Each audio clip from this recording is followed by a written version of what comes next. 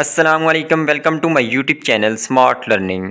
Class first year की unit number 11 the importance of family की exercise इस video के अंदर हम कवर करेंगे। सबसे पहले देखते हैं ग्लॉसरी में कुछ वर्ड्स हैं, उनके मीनिंग्स। पहला वर्ड है एंटीपैथी, जिसका मतलब है नफ़रत या नापसंदीदगी। ब्लूप्रिंट, जिसका मतलब है मनसूबाबंदी का खाका या सिंपल खाका या नक्शा। कॉन्डिसेंडिंग कहते हैं ख़ुद को बरतर समझने वाला या एहसान जताने वाला या गरूर करने वाला। क्रुशियल कहते हैं जी फैसला कुन या नहायत अहम, वेरी इम्पॉर्टेंट। डिक्टेट कहते हैं हिदायत देना या हुक्म देना।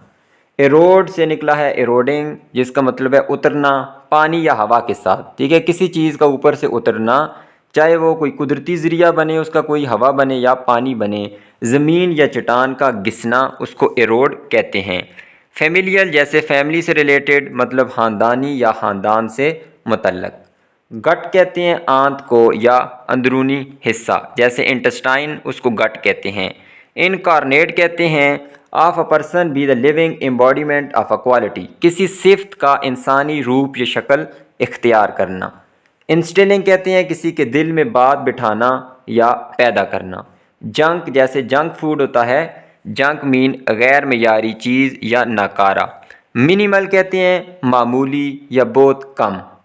मोटिव कहते हैं मकसद को, नीयत को या सबब को, रीज़न फॉर डूइंग समथिंग।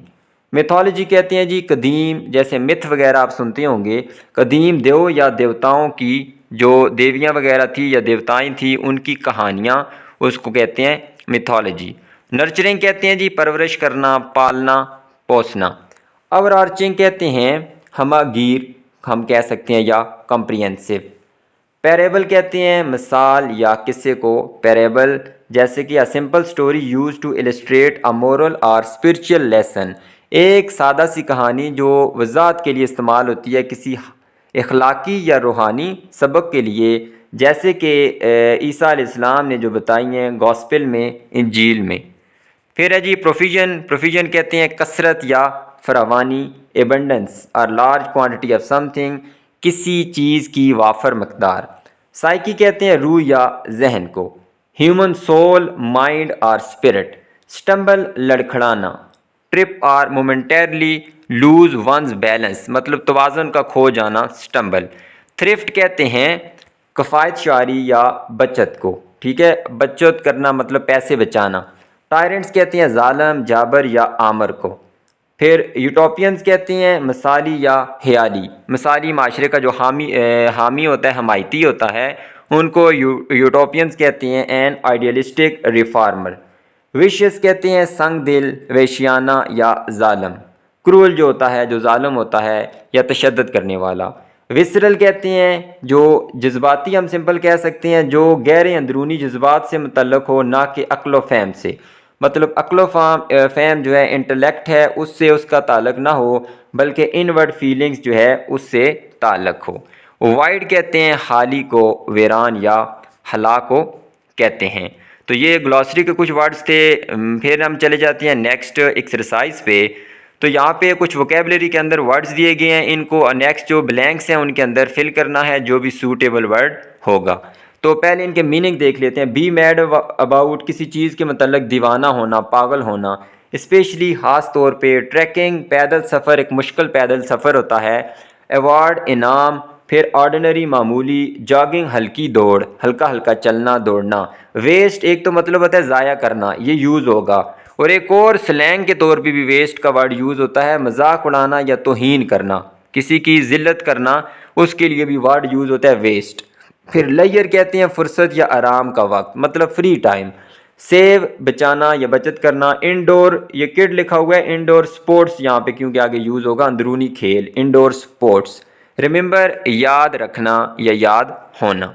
तो चलें देखते हैं जी इन वर्ड्स को कैसे यूज़ करेंगे। If you don't like outdoor sports, अगर तुम आउटडोर स्पोर्ट्स जो बाहर गेम्स होती हैं जैसे क्रिकेट वगैरह, उनको नहीं पसंद करते, तो तुम क्या कर सकते हो, इंडोर स्पोर्ट्स भी खेल सकते हो और अपने आप को महजूज कर सकते हो। इंडोर स्पोर्ट्स जैसे कि बैडमिंटन हो जाएगी, टेबल टेनिस हो गई, इंडोर स्पोर्ट्स जो कमरे के अंदर खेली जाती हैं।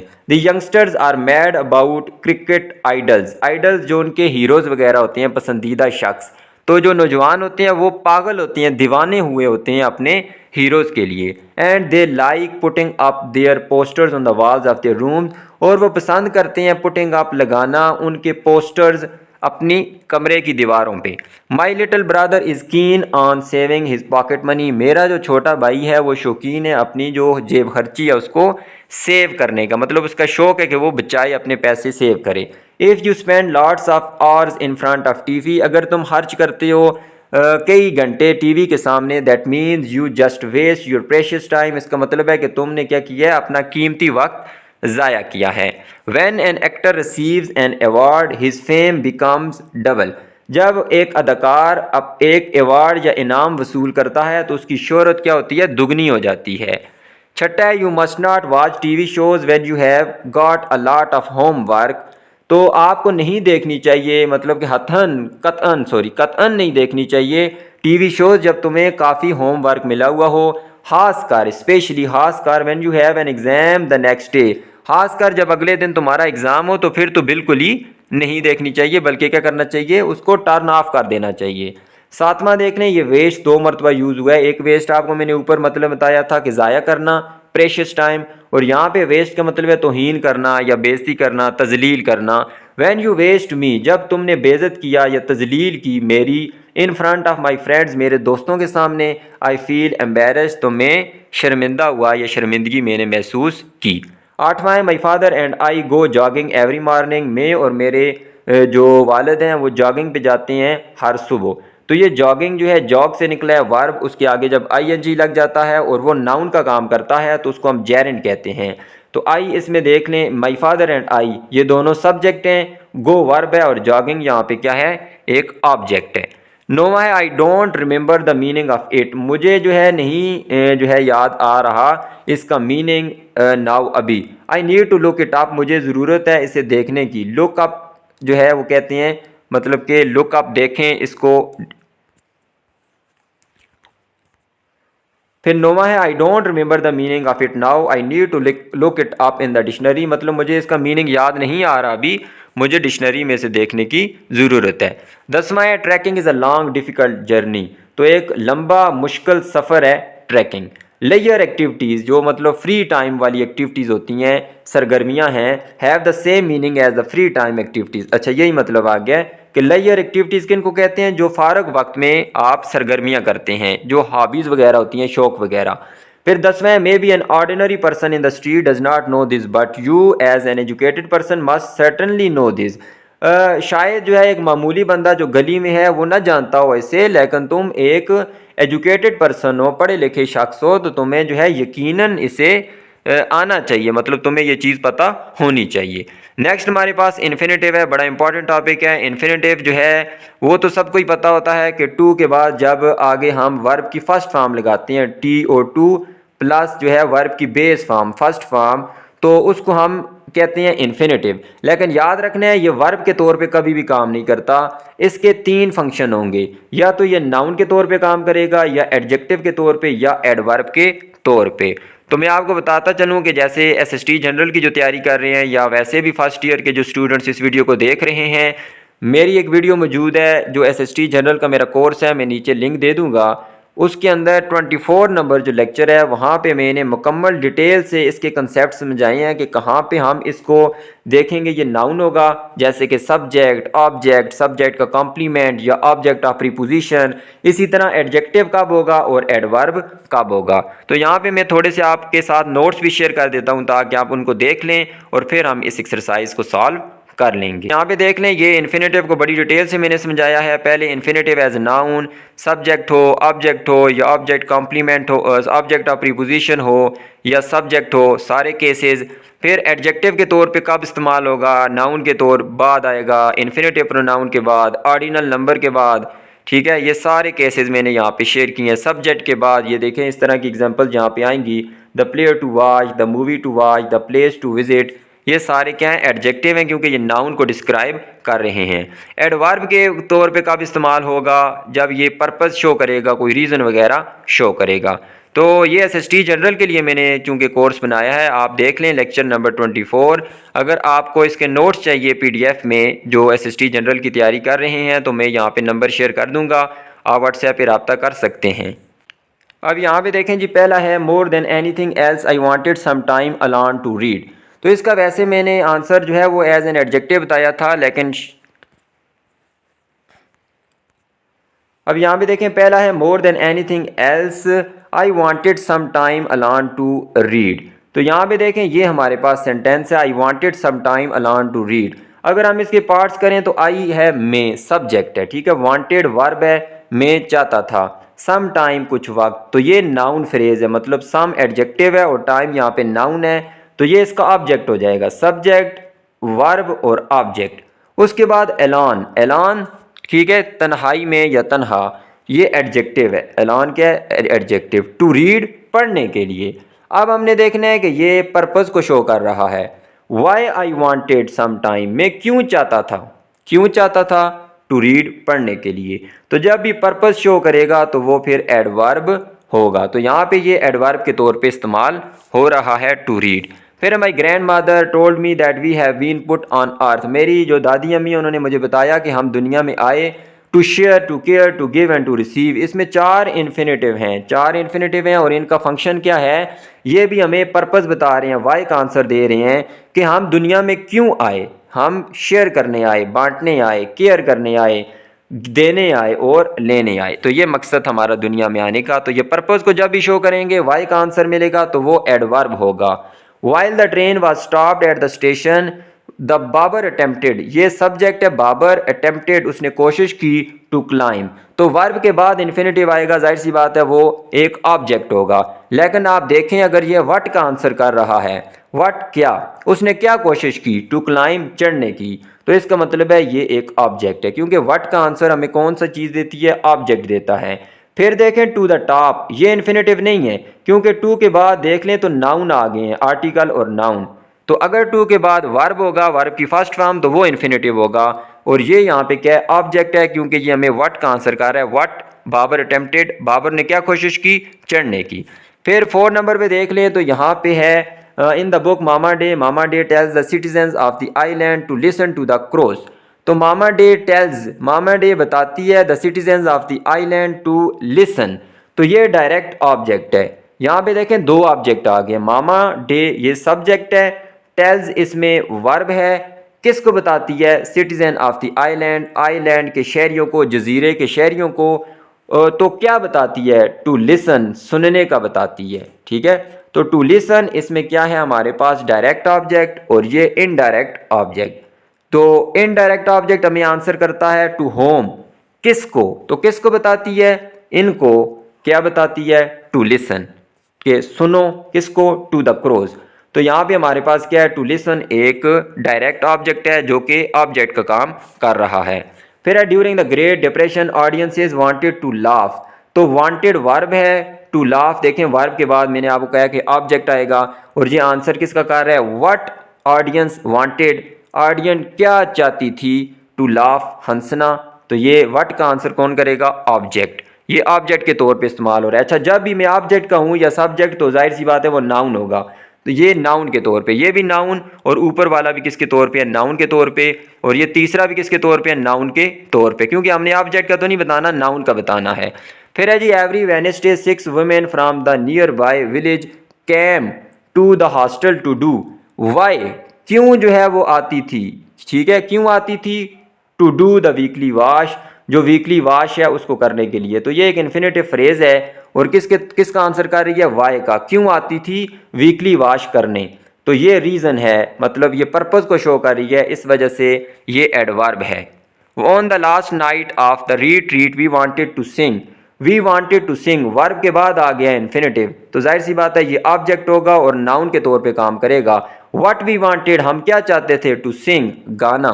Y we sing, why we wanted to sing, हम क्यों जो है वो गाना चाहते थे, to end an evening, evening को एंड करने के लिए, ये भी इन्फिनेटिव फ्रेज है और ये हमें पर्पस का बता रही है, वाई, वाई वी वांटेड, तो ये वाई का आंसर दे रही है, इस वजह से ये एडवर्ब है।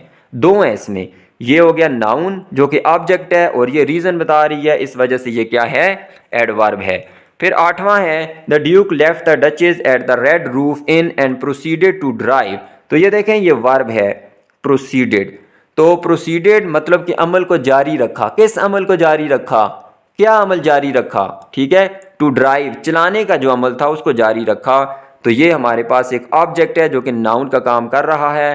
To the country to see his mother, तो ये इन्फिनेटिव फ्रेज है। इसमें हम कह रहे हैं कि क्यों जारी रखा, ये रीज़न बता रहा है क्यों जारी रखा, अपनी माँ को देखने के लिए।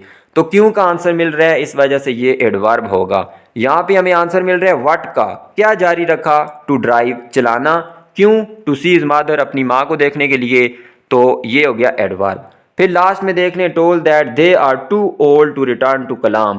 तो ये देखें हमारे पास एडजेक्टिव है, तो एडजेक्टिव को कौन डिस्क्राइब करेगा, एडवर्ब। एडवर्ब 3 चीज़ों को डिस्क्राइब करता है, एक वर्ब को, दूसरा किसी एडजेक्टिव को, तीसरा किसी और एडवर्ब को। तो ये हमारे पास है एडजेक्टिव ओल्ड, तो इसके बाद जो भी आएगा इन्फिनेटिव वो क्या होगा, एडवर्ब होगा।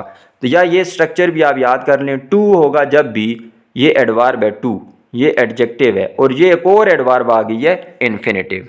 नेक्स्ट हमारे पास जो दूसरी एक्सरसाइज है बड़ी आसान है। इसमें सिंपल आपने क्या करना है कि हमारे पास सबसे पहले वर्ब उसने दिया होगा, फिर हमने ऑब्जेक्ट लगाना है, ठीक है, वो भी उसके मुताबिक जो भी हमारे पास हुआ प्रोनाउन, फिर इन्फिनेटिव लगा देना है। तो ये तो इजी है, इसमें कोई मुश्किल नहीं है। माई वाज टोल्ड, तो आई है, तो आई तो सब्जेक्टिव होता है, इसका ऑब्जेक्टिव मी हो जाएगा, फिर टू डू हो जाएगा, फिर आई का ऑब्जेक्टिव प्रोनाउन मी हो जाएगा। याद रखना है आई ने यूज़ करना क्योंकि आई एक सब्जेक्टिव है। ये देखें चौथे सेंटेंस में शुरू में आई आया है तो वो आई होगा, लेकिन ऑब्जेक्ट के तौर पे वो मी बन जाएगा।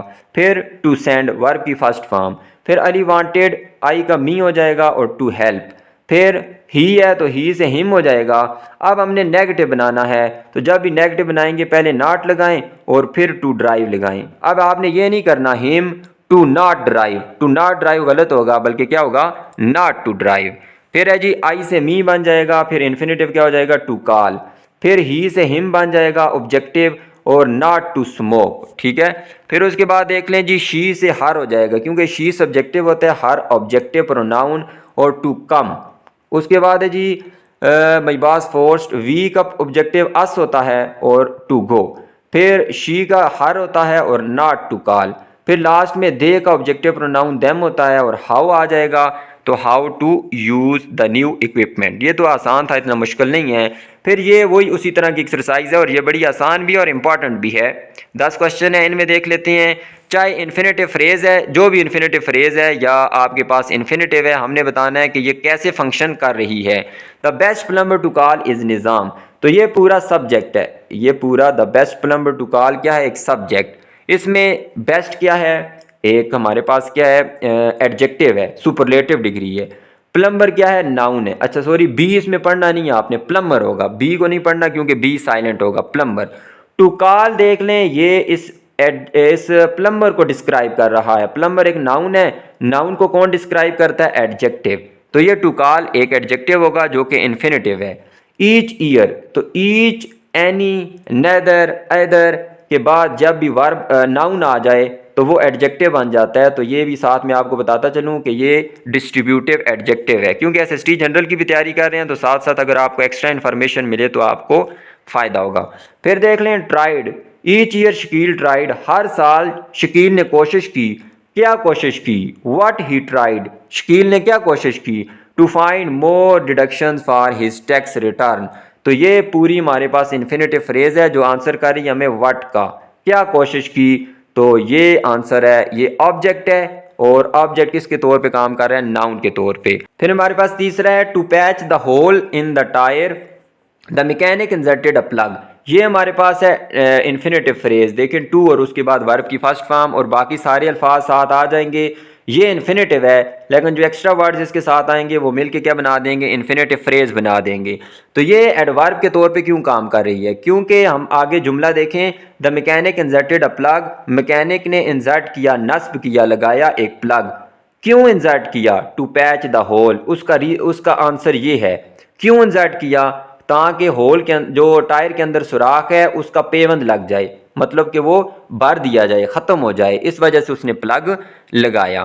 तो याद रखना है कि इस तरह का अगर आपके पास स्ट्रक्चर हो, पहले इन्फिनेटिव फ्रेज हो, फिर कामा हो और आगे सेंटेंस हो, मतलब सब्जेक्ट वर्ब और आगे कोई भी चीज़ हो, तो वहाँ पे ये मोस्टली क्या हर मर्तबा ही ये क्या होगी, एडवर्ब होगा। ठीक है, ये क्या होगा, एडवर्ब होगा। जब आपके पास इस तरह की फ्रेज हो, उसके बाद कोई कामा आए और आगे सब्जेक्ट हो और आगे वर्ब हो, तो ये किसको डिस्क्राइब कर रहा है, इस वर्ब को, इस वर्ब का आंसर दे रहा है, इस वजह से ये एडवर्ब है। She learn to read and write English in London. तो शी लर्न, उसने सीखा, व्हाट शी लर्न, क्या सीखा उसने, लिखना और पढ़ना।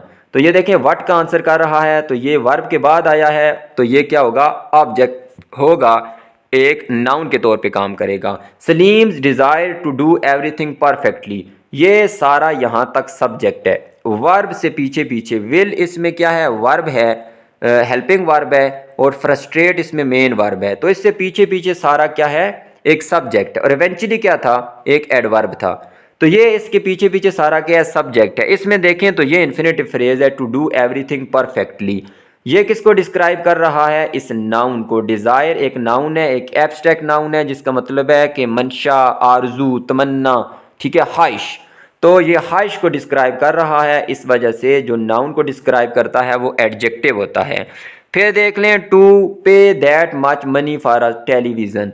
तो ये टू पे से स्टार्ट हुआ है, ये सब्जेक्ट के तौर पे काम कर रहा है, क्योंकि उसके बाद ये वर्ब है इज़, और ये फुलिश क्या है, इसका कॉम्प्लीमेंट है, सब्जेक्ट का क्या है, कॉम्प्लीमेंट। तो ये पूरी फ्रेज जो है हमारे पास किसके तौर पे काम कर रही है, सब्जेक्ट के तौर पे, और सब्जेक्ट के तौर पे कौन काम करता है, नाउन। फिर सातवां देख लें, yesterday Waheed exercise all day. तो वहीद ने कल जो है वो वर्जिश की सारा दिन, टू लूज सम वेट, अपना कुछ वजन कम करने के लिए, बिफोर द वेडिंग, शादी से पहले। तो क्यों उसने जो है ना वर्जिश की, तो क्यों का आंसर दे रहा है, वाई ही एक्सरसाइज, क्यों उसने वर्जिश की, तो ये काम करने के लिए। तो इस वजह से ये क्या है, एडवर्ब है। His only ambition was to succeed at his job. His only ambition, ये हमारे पास एक नाउन फ्रेज है जो कि सब्जेक्ट का काम कर रही है। वाज इसमें लिंकिंग वर्ब है, और ये सारा to succeed at his job, ये इस सब्जेक्ट का कॉम्प्लीमेंट है। तो सब्जेक्ट का कॉम्प्लीमेंट जो भी होगा, अगर इन्फिनेटिव हुआ तो वो एक नाउन होगा। सब्जेक्ट का कॉम्प्लीमेंट क्या होगा, नाउन होगा। फिर नौवां देख लें, to attempt an explanation for the phenomena. ये देखें, जब भी आपकी इन्फिनेटिव जो है ना, कोई भी सेंटेंस इन्फिनेटिव से शुरू हो, तो फिर वो एक सब्जेक्ट का काम करेगा। उसके बाद ये वर्ब आ गई हमारे पास, मॉडल वर्ब और मेन वर्ब। तो ये सारी हमारे पास एक सब्जेक्ट है। जैसे मैंने आपको बताया कि अगर जुमला जो है ना वो सब्जेक्ट के तौर पे काम करे, उसके बाद वर्ब आए, तब वो सब्जेक्ट होगा। इस तरह वाली सिचुएशन हुई, जैसे तीसरे जुमले में देखें तो ये एक इंट्रोडक्टरी फ्रेज हम समझ लें, उसके बाद ये सब्जेक्ट है, द मैकेनिक सब्जेक्ट है, ठीक है, ये सब्जेक्ट नहीं है बल्कि ये क्या है, एक एडवर्ब था। फिर 10वां देख लें, नवाब बाट for his father a prayer रग। नवाब ने जो है वो एक जाय नमाज ख़रीदा, या कलीन वगैरह नमाज के लिए ख़रीदी, पढ़ने के लिए, अपने वालिद के लिए। क्यों ख़रीदी, टू शो हिज रिस्पेक्ट, उसकी इज़्ज़त के लिए, ठीक है, उसके एहतराम के लिए, मतलब उसकी खिदमत के लिए समझ लें। तो ये आंसर कर रहा है वाई, क्यों ख़रीदा, इसका आंसर हमें यहाँ पे मिल रहा है। तो वाई या पर्पज़ का आंसर मिले तो वो होता है एडवर्ब। उम्मीद करता हूँ आपको ये एक्सरसाइज समझ आई होगी। अगर वीडियो अच्छी लगी है तो इसको लाइक कर दें, चैनल को सब्सक्राइब कर दें। अगर आपको ये मज़ीद डिटेल में समझना चाहते हैं तो मेरा लेक्चर नंबर 24 देख लें SST जनरल के कोर्स में। अल्लाह हाफिज़।